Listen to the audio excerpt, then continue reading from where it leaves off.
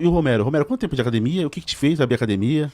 Cara, então, eu já tô dando aula há mais de 10 anos que eu dou Tá. aula, tá? E eu era aluno do Pezão. Pra mim, o Pezão em matéria de qualidade de jiu-jitsu, assim, não tem um cara pra peitar ele aqui na cidade, entendeu? O cara, inclusive, até falo pra você que é um cara que ele merecia chamar pra vir contar Claro. a história dele. Tá. Tem uma história bacana, tá? E eu fui treinar com ele, eu era do judô, né? E aí tinha aquela coisa da gente, uns colegas falavam, pô, vamos lá pro Gil. Eu falava, ficar se agarrando com macho, essas coisas aí, sabe? Essas coisas de homem, né?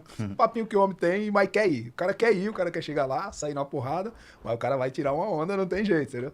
E aí um dia, porque dá pra lutar jiu-jitsu com o kimono do judô. O inverso não dá pra você lutar, entendeu? Eu não posso lutar judô com o kimono do jiu-jitsu. Treinar é uma coisa, mas lutar mesmo não posso, porque o kimono do judô tem dimensões diferentes. Por exemplo, a manga do kimono do jiu-jitsu, ela é obrigatória ela ter um mínimo de 7 centímetros.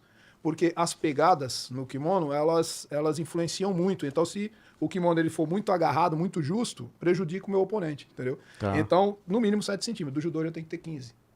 Entendeu? Então tem algumas dimensões que um kimono tem que ter e o outro não. Da manga, você disse, 7 Eu centímetros tô da falando manga. a manga, aí essa parte aqui também tem a espessura mínima que tem que ter, a faixa você tem que ter no mínimo 20 centímetros sobrando, entendeu? Então são detalhes que diferem aí as duas artes. Esses detalhes seriam alavanca pro oponente.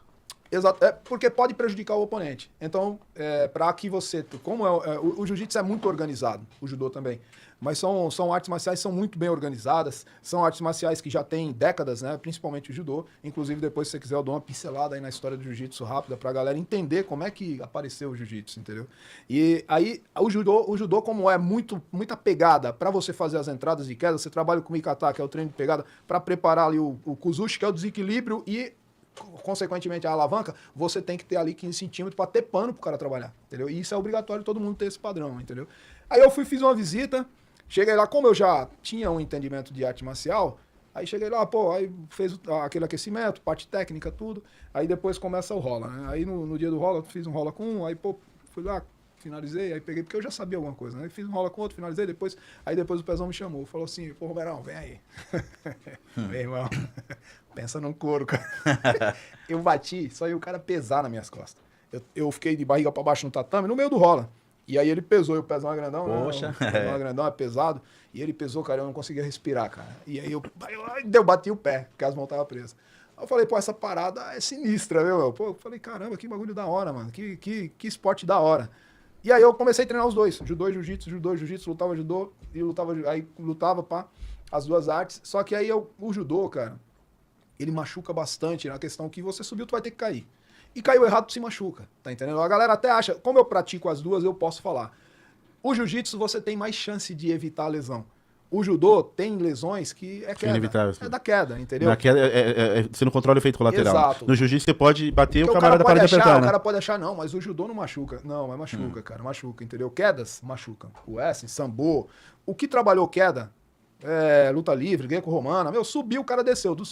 Tem vários casos aí, entendeu? Desceu com o braço errado, quebra o braço. Inclusive na Olimpíada.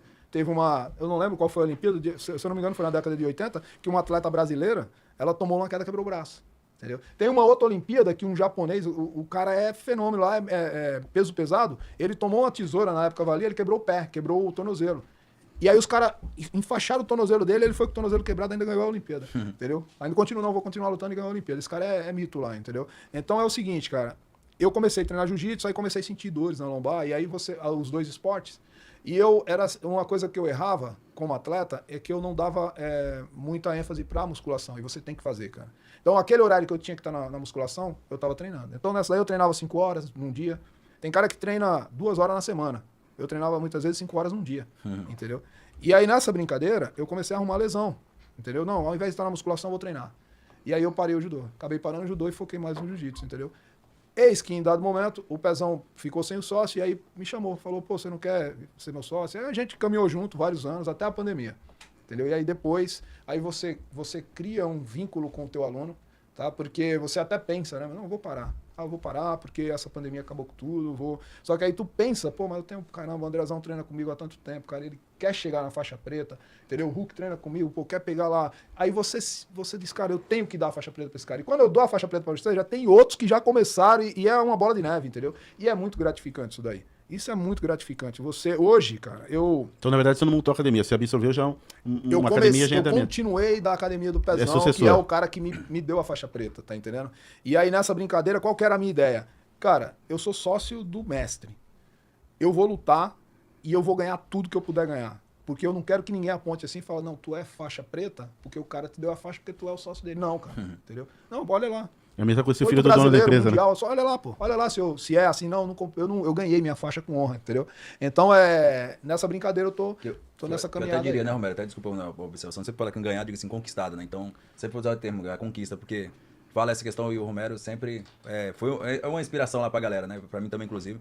Pensa num cara duro, ele fala dos outros também, mas é um cara que é muito. Eu não gosto de falar dele mesmo, mas eu posso falar. O Romero não pode falar muito dele, mas eu falo dele. Então, um cara que eu apanhei bastante também, tanto do Pezão. A gente saiu muito na mão, né, Hulk? Teve dia até de sair sangrando, porque é normal. Quando você treina pra competição, é um treinamento totalmente diferente. Isso você vai aprendendo com o tempo. Entendeu? O cara que ele é competidor, o treino de competição de adulto, cara, é aquela pancadaria. Você cortar um supercílio, cortar a boca, põe o esparadrapo em cima e continua.